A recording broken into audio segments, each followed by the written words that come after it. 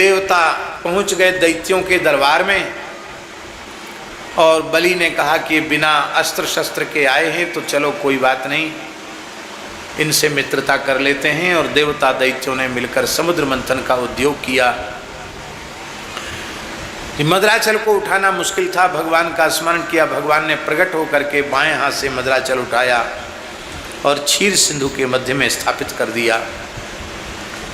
बासुकी नाग को रस्सी बना करके समुद्र का मंथन आरंभ हुआ, वेग पूर्वक मंथन आरंभ हुआ।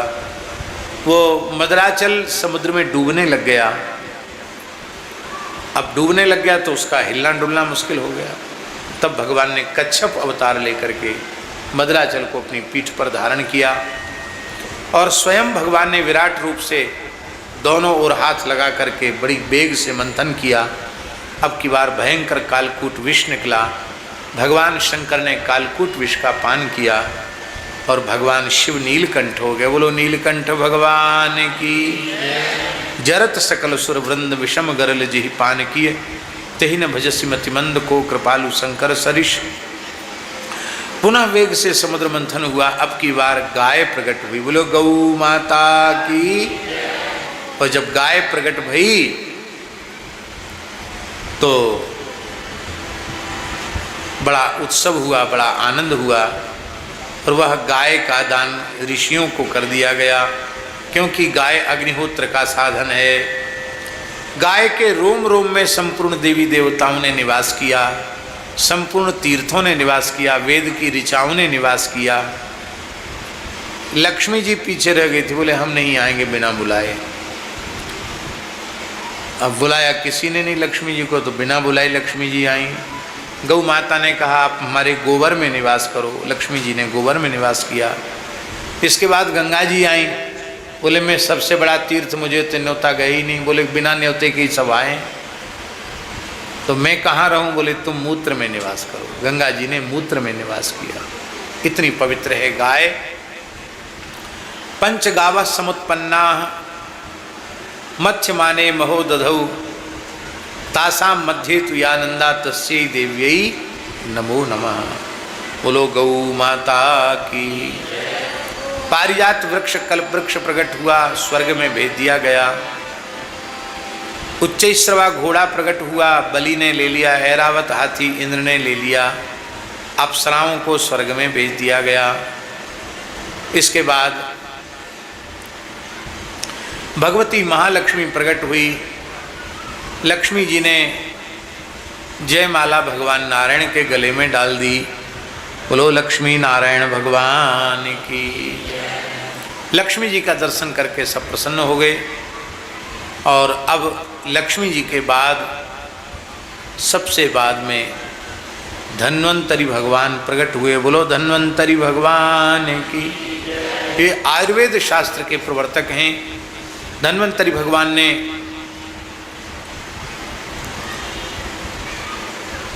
आयुर्वेद शास्त्र का प्रणयन करके शरीर और मन दोनों के रोगों की चिकित्सा की और संपूर्ण व्याधियों का सबसे श्रेष्ठ साधन बताया। क्या? अच्युतानंत गोविंद नामोच्चारण भेषजात नश्यन्ति सकला रोगा सत्यम सत्यम वदाम्यहम्। अच्युत अनंत गोविंद, ये तीन नाम। इन नामों के उच्चारण रूपी औषधि से सारे रोग नष्ट हो जाते हैं। यह मैं सत्य सत्य कह रहा हूँ। विश्वास पूर्वक केवल इतने कोई करो तो रोग नष्ट हो जाता है। हमने एक बार अपने विद्यार्थी जीवन में इसका प्रयोग किया। अक्षय नवमी का दिन था। वृंदावन की बड़ी भारी परिक्रमा चल रही थी, बहुत भर के परिक्रमा चल रही थी। और हमको बहुत तेज बुखार था। इतना तेज बुखार था कि 2-2, 3-3 कंबल भी सर्दी कम नहीं कर रहे थे। एकदम ऐसे शरीर कांप रहा था, शरीर टूट रहा था, अपने आप उठना मुश्किल, इतना तेज बुखार। हमारे मन में बार बार व्याकुलता हो रही थी। वृंदावन की सब परिक्रमा कर रहे हैं, बताओ अक्षय तृतीया को अक्षय नवमी को, कार्तिक शुक्ला नवमी को हम परिक्रमा नहीं कर रहे हैं, सुदामा कुटी में थे तब की बात है। तो हमने अपने मन में सोचा आज इसी मंत्र का प्रयोग करते बुखार उतारने के लिए, अच्युतानंत गोविंद नामोच्चारण भेषजात नश्यन्ति सकला रोगा सत्यम सत्यम वदामि। तो एक लकड़ी ली पकड़ने के लिए हाथ में, बुढ़े नहीं थे पर लकड़ी इसलिए ले कहीं चकरा के गिर न जाए, तो एक टेढ़ी बेड़ी सी लकड़ी मिल गई भंडार घर की, उसी को लेके चले। उस समय ये बाहर परिक्रमा नहीं बनी थी, भीतर से परिक्रमा होती थी, ये बाहर वाला रोड नहीं बना, लेकिन हम बाहर से ही परिक्रमा गए। जो लोग वृंदावन में रहते हैं वो लोग जानते हैं कि सुदामा कुटी से जगन्नाथ घाट कितनी दूर है। कितनी दूर है? 500 मीटर भी नहीं, 200-250 गज होगा।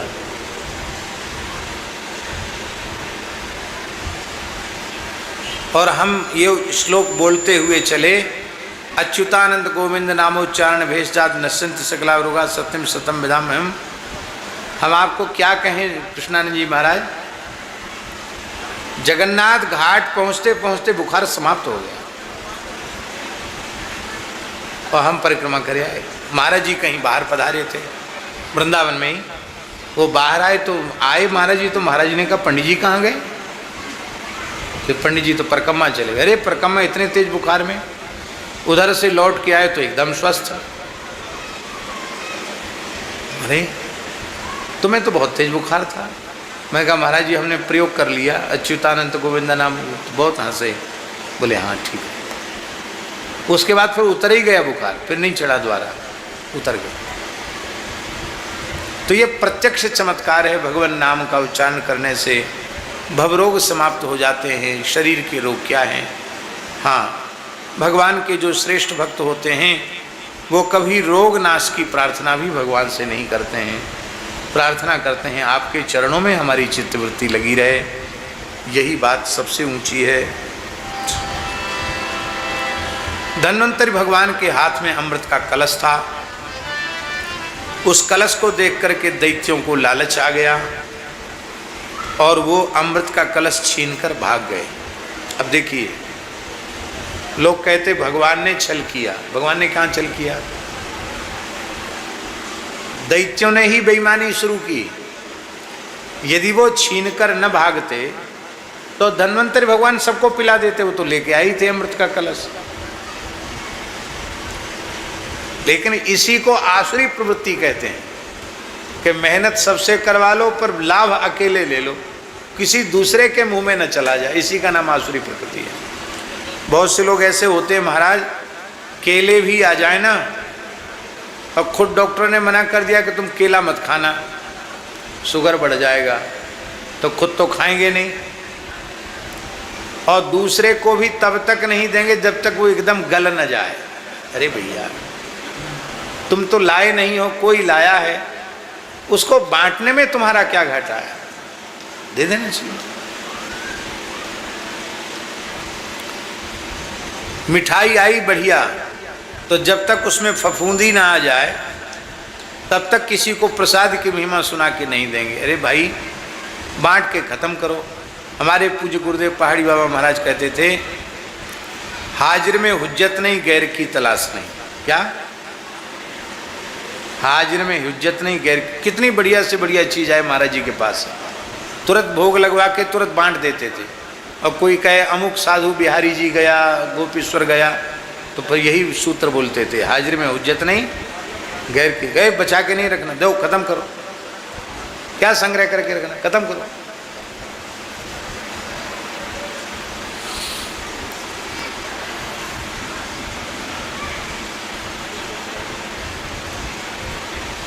बोलो वृंदावन बिहारी लाल की। महाराज जी कहते थे कि जब 1 रुपए की 3.5 से रबड़ी आती थी। कितनी? 3.5 से रबड़ी 1 रुपए की। बहुत बड़ी मिलावट का तो काम नहीं था। 3.5 से रबड़ी 1 रुपए की आती है। तो कहते गुरु महाराज के चरणों में 1 रुपया चढ़ जाता तो गुरुजी कहते अरे आज राम जी को रबड़ी का भोग लगाना, जा बच्चा रबड़ी ले आओ। गोपेश्वर महादेव की दुकान रबड़ी के लिए, किसी जमाने में गोपेश्वर महादेव की रबड़ी पूरे वृंदावन में विख्यात थी, वो तो मोहल्ले में ही अपने। तो तुरंत जाके 3.5 से रबड़ी आई, भोग लगा, और भले ही 5-7 मूर्ति है और महाराज बांट बूट के खत्म कर दे, बिल्कुल नहीं, इतना 1 तोला नहीं बचाते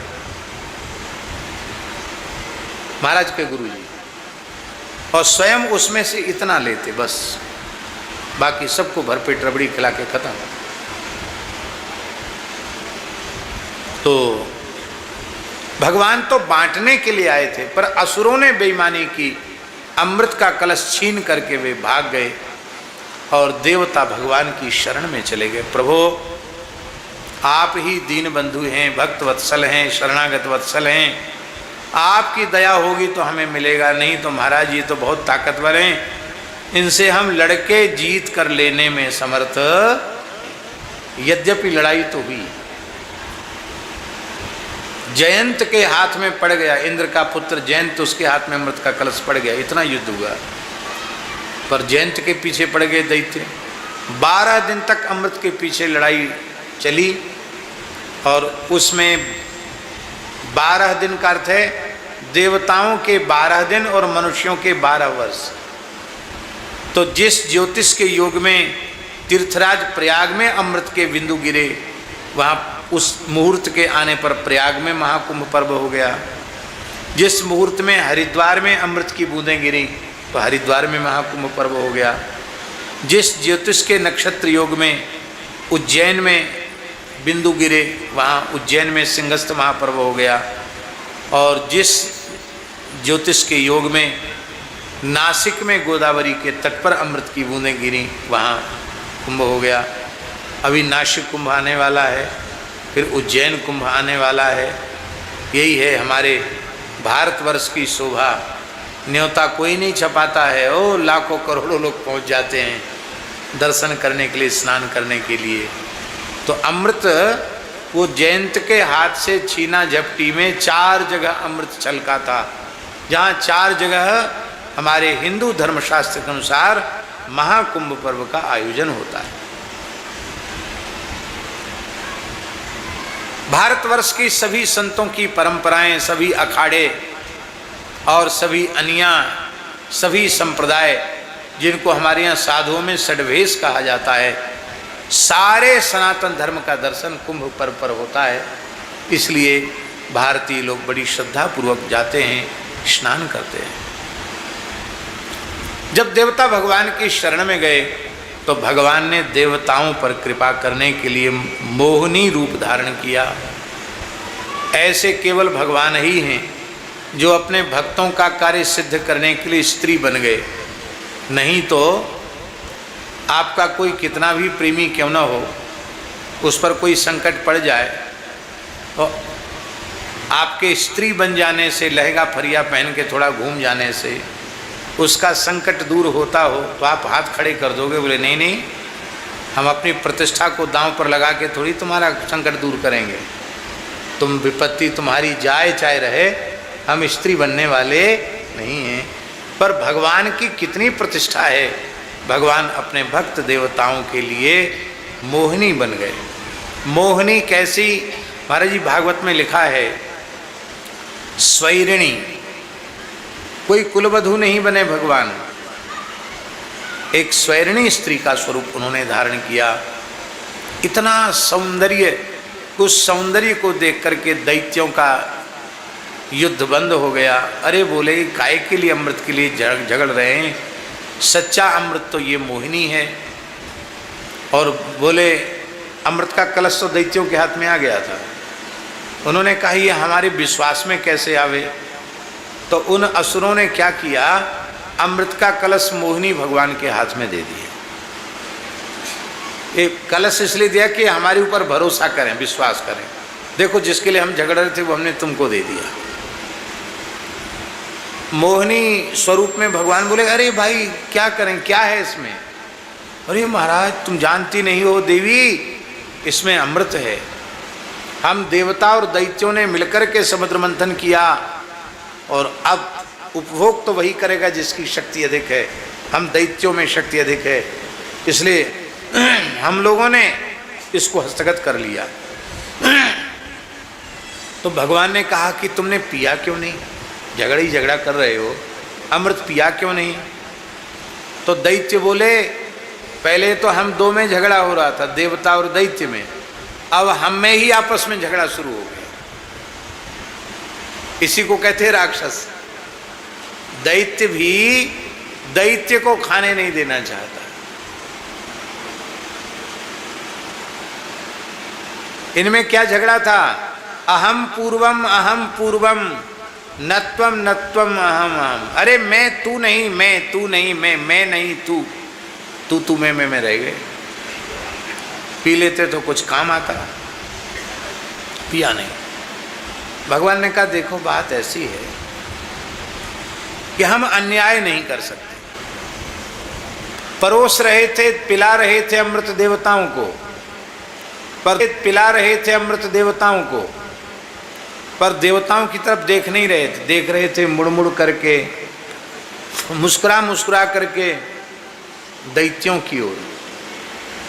तो दैत्य अपने मन में सोचने लगे कि देखो ये मोहिनी भी कितनी प्रेमिनी है, इसका प्रेम देवताओं से नहीं है, हम असुरों से प्रेम है। देवताओं की तरफ तो एक बार भी नहीं देखा, हमारी तरफ ही देख देख कर मुस्कुरा रही है।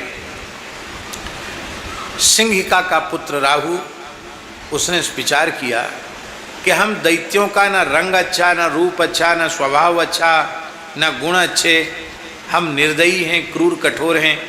भाई कोई रूप हो, गुण हो, शील हो तब तो आकृष्ट हो, और ये सुंदरी स्त्री हम दैत्यों पर आकृष्ट क्यों हो रही है?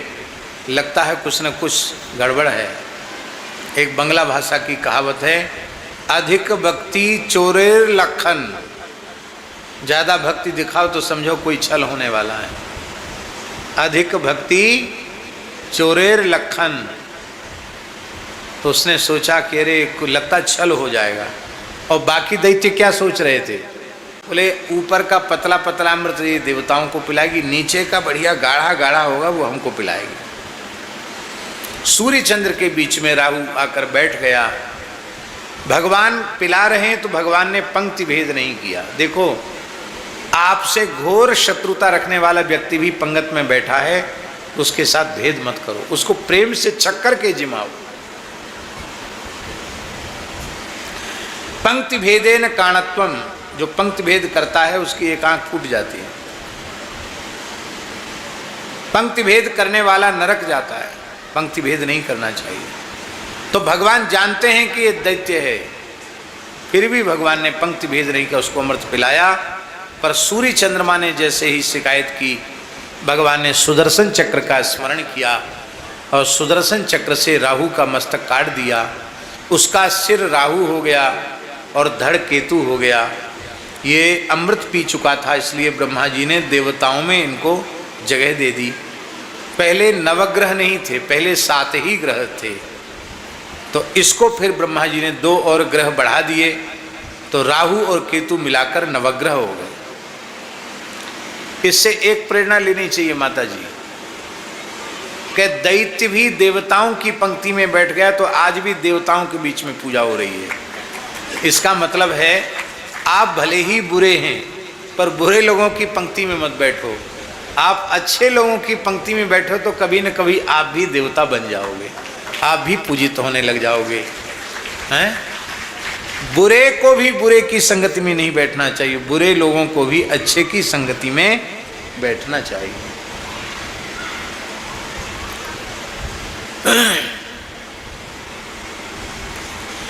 कदली सीप भुजंग मुख, कदली सीप भुजंग मुख, स्वाति एक गुण 3, जैसी संगति बैठिए तैसो ही फल दिए। अच्छी संगति में बैठना चाहिए। भगवान तो अंतर्धान हो गए, देवासुर संग्राम शुरू हो गया। देवता अमृत पीकर बलवान हो गए थे।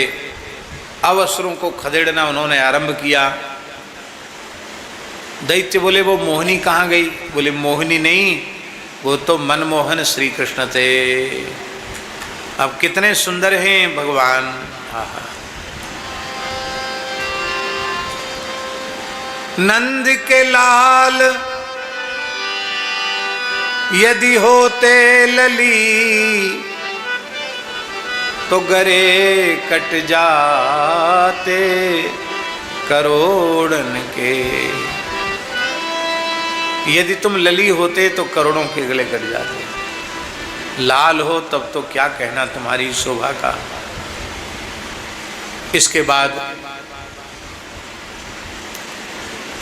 शुक्राचार्य की कृपा से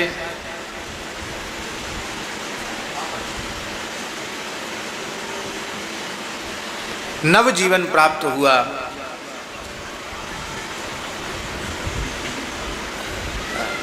महाराज जी, महाराज